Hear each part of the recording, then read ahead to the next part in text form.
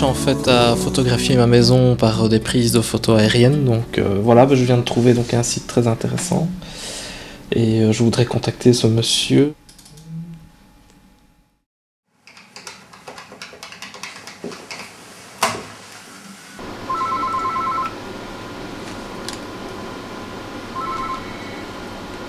Patrick Mours, bonjour.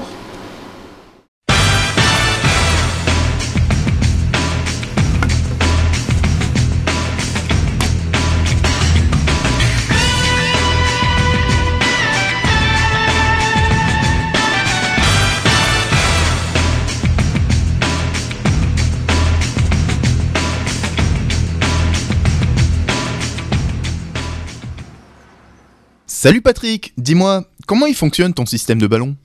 C'est un appareil photo digital qui est emporté par le ballon et toutes les commandes de l'appareil se font à partir de la console que je maîtrise ici en dessous. Donc je vais pouvoir orienter l'appareil et provoquer le déclenchement, également la variation du zoom.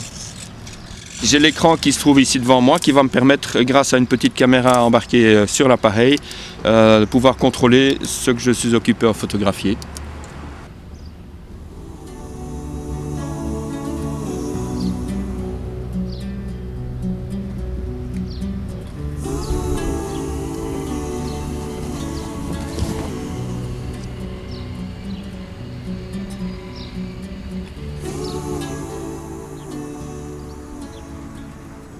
Et sinon, le ballon, il peut monter jusqu'à quelle hauteur comme ça ?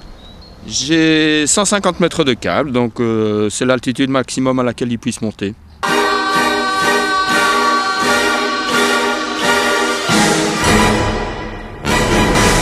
Oh là là, ça fout le vertige hein, tout ça ! En 1858 a été faite la première photographie aérienne par le photographe aéropostier Félix Nadar. Aujourd'hui, elle est disponible au grand public grâce à des sortes de petits hélicoptères pouvant transporter la caméra jusqu'à 1 km de hauteur. Mais la photographie aérienne prend tout son sens dans l'armée avec des engins que l'on appelle des drones où elle sert à une meilleure précision stratégique.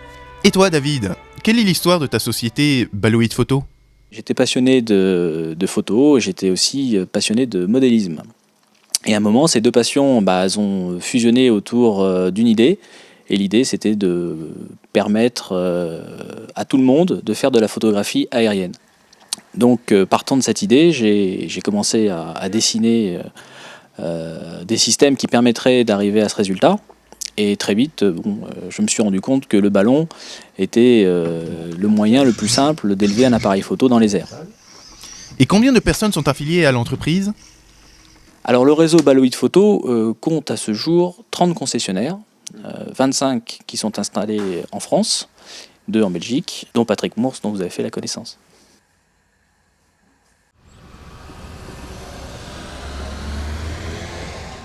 Et que se passerait-il si le ballon se détache ? Il est doté d'un système de dégonflage automatique en cas éventuel et qui n'est jamais arrivé de rupture des câbles. Il peut porter combien le ballon ? Le ballon a une contenance de 6 mètres cubes, ce qui veut dire qu'il a une portance également de 6 kg. Bon, l'enveloppe c'est un PVC, il faut trouver un compromis entre poids et résistance. Donc il faut que le système soit le plus léger possible pour pouvoir s'élever.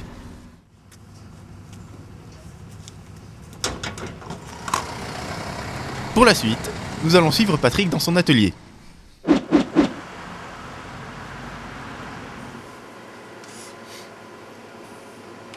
Et là, en quoi consiste la suite ? Là maintenant on va essayer de mettre le bâtiment en évidence dans l'ensemble de l'image. Donc il va falloir maintenant faire du travail de détourage. Et les clients, est-ce qu'ils sont fort exigeants ? Les exigences peuvent parfois être très poussées en fonction de l'environnement du bâtiment ou des conditions météo, certaines choses qui sont à mettre en évidence. Ici l'exemple est un magasin où le client aurait voulu camoufler un petit peu son voisin. Donc on va les camoufler en reprenant des sapins qu'on a été prendre ailleurs dans l'image.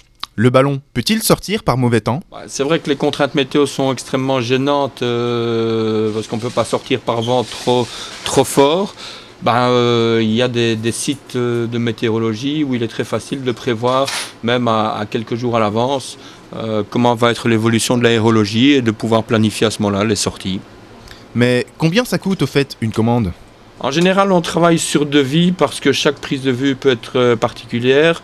Maintenant, une prestation courante commence aux environs de 200 €. Et pour finir, comment s'est faite l'affiliation à Balloid ? Dans une revue, un petit article dans une revue, et puis j'ai pris contact avec eux, j'ai eu une démo, et je suis parti.